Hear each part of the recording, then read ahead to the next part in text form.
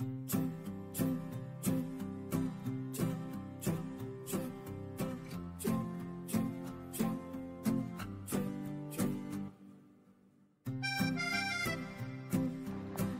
datang semuanya. Hari ini kita akan menjelajahi pemikiran ekonomi klasik yang revolusioner dari Adam Smith, seperti yang diulas dalam buku Perkembangan Pemikiran Ekonomi. Kita akan membahas konsep-konsep utamanya yang masih relevan hingga saat ini.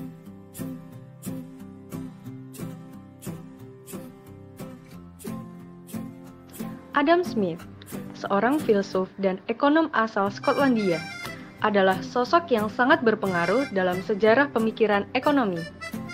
Karya monumentalnya, The Wealth of Nations, diterbitkan pada tahun 1776 dan dianggap sebagai landasan bagi ilmu ekonomi modern.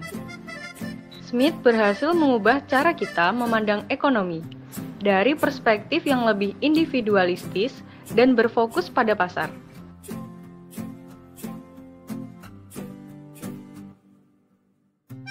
Konsep tangan tak terlihat adalah inti dari pemikiran Smith. Ia berpendapat bahwa ketika individu bebas mengejar keuntungan pribadi, mereka secara tidak langsung mendorong perekonomian secara keseluruhan menuju kesejahteraan yang lebih besar. Pasar, melalui mekanisme penawaran dan permintaan, akan mengatur dirinya sendiri tanpa perlu campur tangan pemerintah yang berlebihan.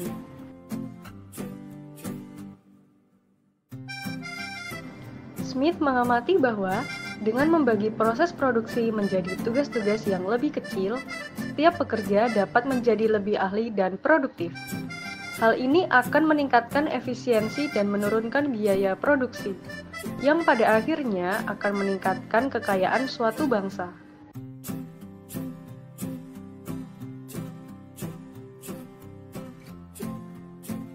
Smith mencoba memahami mengapa barang memiliki nilai yang berbeda-beda.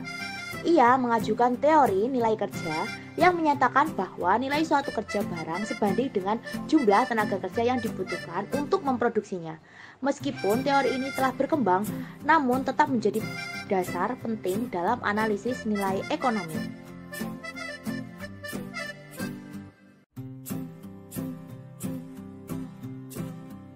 Smith bukanlah pendukung anarki. Ia mengakui bahwa pemerintah memiliki peran penting dalam menjaga ketertiban, melindungi hak milik, dan menyediakan barang publik yang tidak dapat disediakan oleh pasar.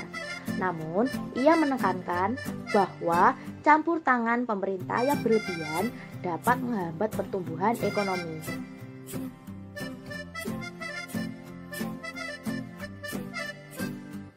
Meskipun ditulis ratusan tahun lalu, pemikiran Adam Smith masih sangat relevan hingga saat ini. Konsep-konsepnya menjadi dasar bagi perkembangan teori ekonomi klasik dan neoklasik. Namun, pemikirannya juga terus dikritik dan dikembangkan oleh para ekonom selanjutnya.